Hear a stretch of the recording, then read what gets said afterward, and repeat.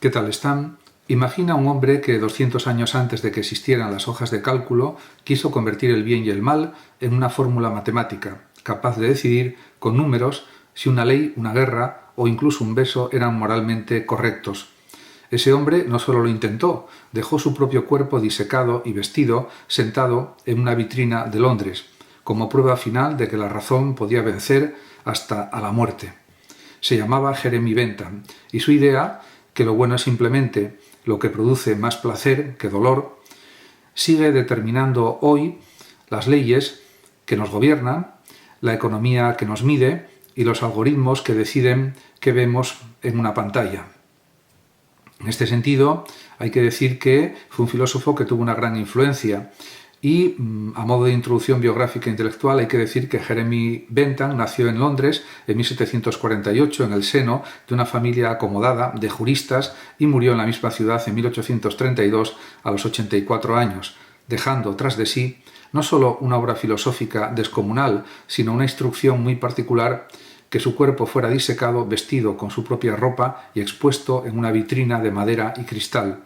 Ese objeto, conocido como el autoicono, todavía puede verse hoy en el University College de Londres, la institución que él mismo contribuyó a inspirar como símbolo de una educación laica, racional y accesible, alejada del monopolio religioso que dominaba entonces Oxford y Cambridge. Fue un niño prodigio, aprendió latín a los 3 años, entró en Oxford a los 12 y se graduó a los 15, una precocidad que más tarde él mismo consideraría un signo de la educación rígida y memorística que despreciaría en sus escritos pedagógicos. Se formó como abogado siguiendo la tradición familiar, pero pronto sintió una profunda decepción con el derecho inglés de su época. Lo encontraba caótico, arbitrario, basado en precedentes acumulados durante siglos sin ninguna lógica interna y defendido por juristas como el célebre William Blackstone, cuyas clases llegó a escuchar, que Bentham consideraba más interesados en justificar lo existente que en preguntarse si era justo. Esa frustración temprana marcaría el resto de su vida intelectual. Bentham nunca ejerció realmente la abogacía, en cambio dedicó su existencia a un proyecto mucho más ambicioso: rediseñar desde cero los fundamentos de la moral, el derecho y el gobierno, aplicando un único criterio racional y verificable en lugar de la tradición, la costumbre o la autoridad religiosa. En esto fue heredero directo de la Ilustración. Leyó con avidez a los filósofos franceses, especialmente a Helvétius, quien ya había sugerido que el placer y el dolor son los verdaderos motores de la condición humana, y al italiano Cesare Beccaria, cuyo tratado sobre los delitos y las penas, con su defensa de una justicia proporcional y su condena de la tortura, Bentham consideraría una de las mayores influencias de su pensamiento.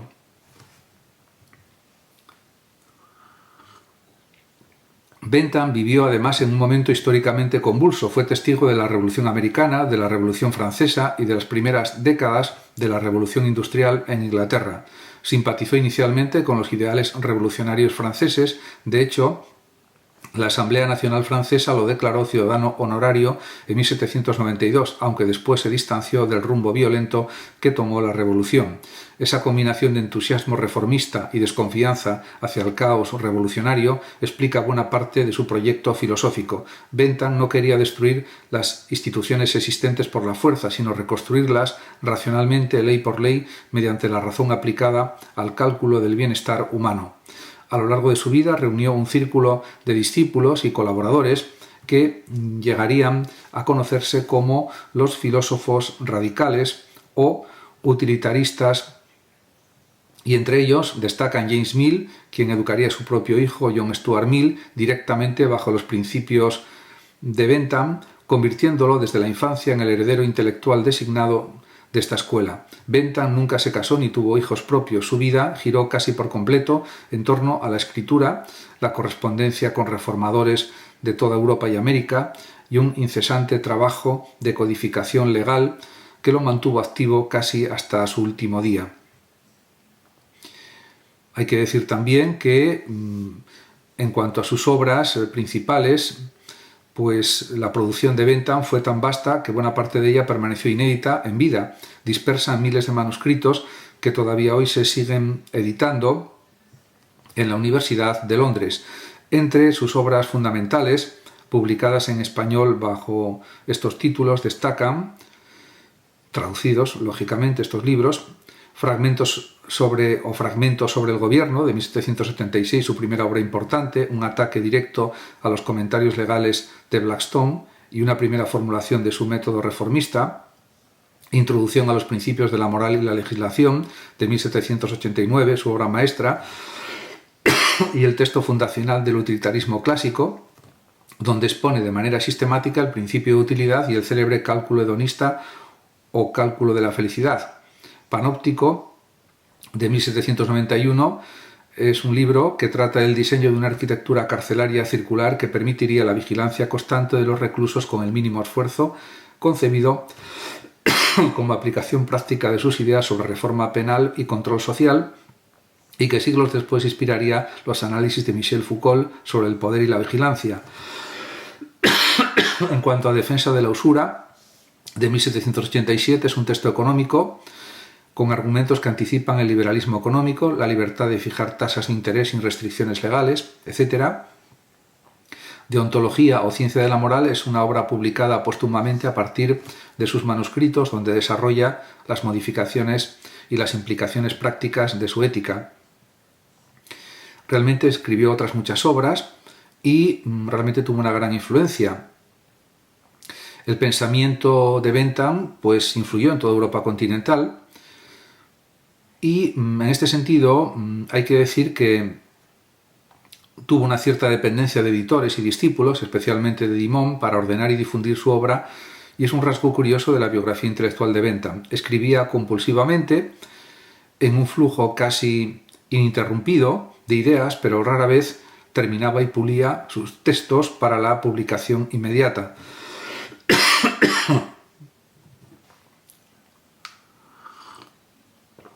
En cuanto a la filosofía utilitarista de Bentham, se destaca el principio de utilidad. El corazón del sistema de Bentham es lo que él llamó el principio de la mayor felicidad o principio de utilidad. Una acción, una ley o una institución es correcta en la medida en que tiende a producir felicidad, entendida como placer y ausencia de dolor, pero el mayor número de personas afectadas tienen que ser afectadas por la felicidad, lógicamente. Es una idea deliberadamente simple, casi provocadoramente simple, porque Bentham quería sustituir siglos de especulación metafísica sobre el bien, la virtud o la ley natural por un único criterio empírico y medible.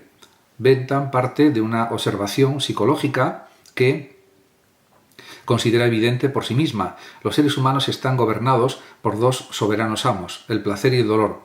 Todo lo que hacemos, pensamos o deseamos puede rastrearse, según él, hasta la búsqueda de uno y la habitación del otro. Esta afirmación, que hoy suena a psicología conductista, avant la lettre, era para Bentham el punto de partida necesario para cualquier ética seria. Si queremos saber qué es bueno, debemos preguntarnos qué produce placer y qué produce dolor, no apelar a nociones abstractas como la voluntad de Dios o la naturaleza racional del hombre, que consideraba vagas, imprecisas, no verificables y en la práctica manipulables por quien detenta el poder.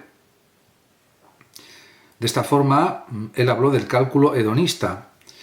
Para hacer operativo este principio, Bentham propuso un procedimiento que llamó cálculo hedonista o cálculo de felicidad, detallado en su introducción a los principios de la moral y la legislación. Según este método, el placer y el dolor pueden y deben medirse atendiendo a varias dimensiones: su intensidad, su duración, su certeza o incertidumbre de producirse, su proximidad o lejanía en el tiempo, su fecundidad, la probabilidad de que genere después más placeres del mismo tipo, su pureza, la probabilidad de que no venga acompañado de sensaciones opuestas y finalmente su extensión, es decir, el número de personas a las que afecta.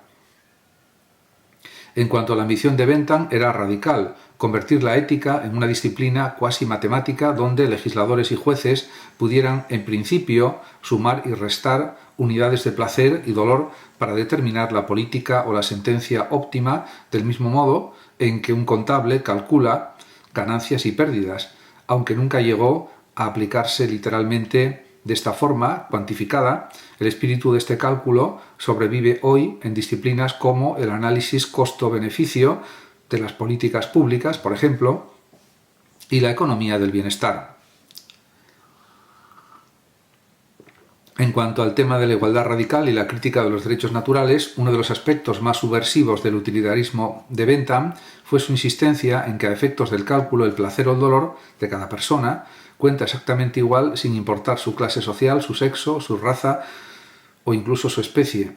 Esta igualdad radical, resumida en la máxima que después se le atribuyó cada uno cuenta como uno y nadie como más de uno, tuvo consecuencias prácticas enormes.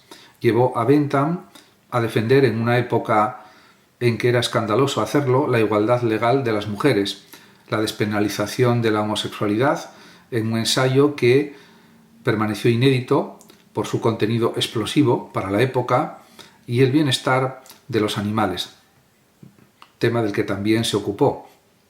En este último punto, Bentham formuló una de las frases más citadas de la historia de la filosofía moral, al discutir por qué los animales merecen consideración moral. Escribió que la pregunta relevante no es si pueden razonar, ni si pueden hablar, sino si pueden sufrir. Esta reformulación del criterio de la consideración moral, desplazándolo de la racionalidad a la sensibilidad al dolor, la llamada sintiencia, sentaría casi 2 siglos después las bases filosóficas del movimiento contemporáneo por los derechos de los animales. Coherente con su desconfianza hacia las abstracciones no verificables, Bentham fue también uno de los críticos más feroces de la doctrina de los derechos naturales, que en su época defendían tanto los revolucionarios franceses como los pensadores del derecho natural clásico. En su ataque a la Declaración de Derechos del Hombre y del Ciudadano, calificó la idea de derechos naturales imprescriptibles y anteriores al Estado como un sinsentido con zancos en el original, porque consideraba que hablar de derechos sin un poder legislativo real que los reconozca y los haga cumplir es una ficción retórica peligrosa, capaz de justificar cualquier cosa apelando a una autoridad que nadie puede verificar. Para Bentham, los únicos derechos reales eran los creados por la ley positiva evaluada, a su vez según el principio de utilidad. Esta postura lo convirtió en uno de los padres del positivismo jurídico moderno. En cuanto a su ética, pues hay que decir que es una ética aplicada. Está el panóptico y la reforma penal. Bentham no se limitó a la teoría abstracta, dedicó buena parte de su energía a diseñar reformas institucionales concretas basadas en el principio de utilidad. Su proyecto más célebre y controvertido fue el panóptico, un modelo arquitectónico de prisión circular en el que un único vigilante situado en una torre central podía observar potencialmente a todos los reclusos sin que estos supieran en qué momento estaban siendo observados. Para Bentham esto no era una fantasía distópica, sino la aplicación lógica de su utilitarismo a la reforma penal. Si el objetivo de una prisión debía ser maximizar la disuasión y la corrección del comportamiento con el mínimo coste y sufrimiento innecesario, un diseño que maximizara la vigilancia con el mínimo personal era, según su cálculo, la solución óptima.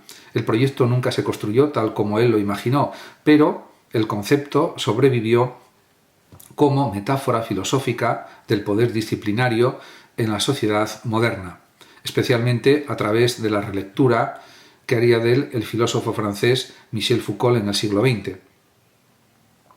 También hay que destacar pues, la repercusión de Bentham en el siglo XIX. En su propio tiempo, Bentham no fue solo un filósofo de gabinete, fue el centro de un movimiento político activo, los llamados radicales filosóficos, que impulsaron reformas legales concretas en la Inglaterra del siglo XIX, desde la reforma electoral hasta la modernización del sistema penal y la administración pública. Su influencia se dejó sentir en la Reform Act de 1832 el mismo año de su muerte, que amplió el derecho al voto en Inglaterra, así como en numerosas reformas del derecho civil y penal británico a lo largo de todo el siglo. Su legado más directo, sin embargo, llegó a través de su discípulo intelectual más brillante, John Stuart Mill, educado por su padre James Mill, precisamente según los principios utilitaristas de Bentham. Desde la más tierna infancia, Mill heredaría el edificio utilitarista de Bentham, pero también lo reformaría de manera profunda. Frente al igualitarismo estrictamente cuantitativo de Bentham, para quien, en su célebre frase, la cantidad de placer siendo igual, el juego de niños vale tanto como la poesía. Mill introduciría en su obra El utilitarismo de 1861 una distinción cualitativa entre placeres superiores e inferiores, argumentando que los placeres intelectuales y morales son de una naturaleza más elevada que los simplemente sensoriales. Esta reforma, aunque hizo el utilitarismo más aceptable para el sentido común de su época, también lo alejó de la pureza matemática y radicalmente igualitaria que Bentham había defendido con tanto celo. La obra de Bentham también viajó fuera de Inglaterra con notable rapidez, en gran parte gracias a las traducciones y compilaciones al francés de su discípulo Étienne Dimon, que difundieron el utilitarismo por toda Europa continental y América Latina, donde influyó de forma notable en los debates jurídicos y constitucionales del siglo XIX, incluida la codificación legal en varios países hispanoamericanos recién independizados que buscaban precisamente sistemas legales racionales y modernos como los que Bentham proponía frente al derecho colonial heredado. También hay que insistir en que sus reformas legales para favorecer a los niños huérfanos de Inglaterra fue realmente algo extraordinariamente útil en su época. Muchas gracias a todos por su atención y hasta mi próximo vídeo. El que lo desee puede compartir este vídeo, darle like o suscribirse a mi canal de YouTube, que ya dispone de más de 13.800 vídeos. Muchas gracias y hasta siempre.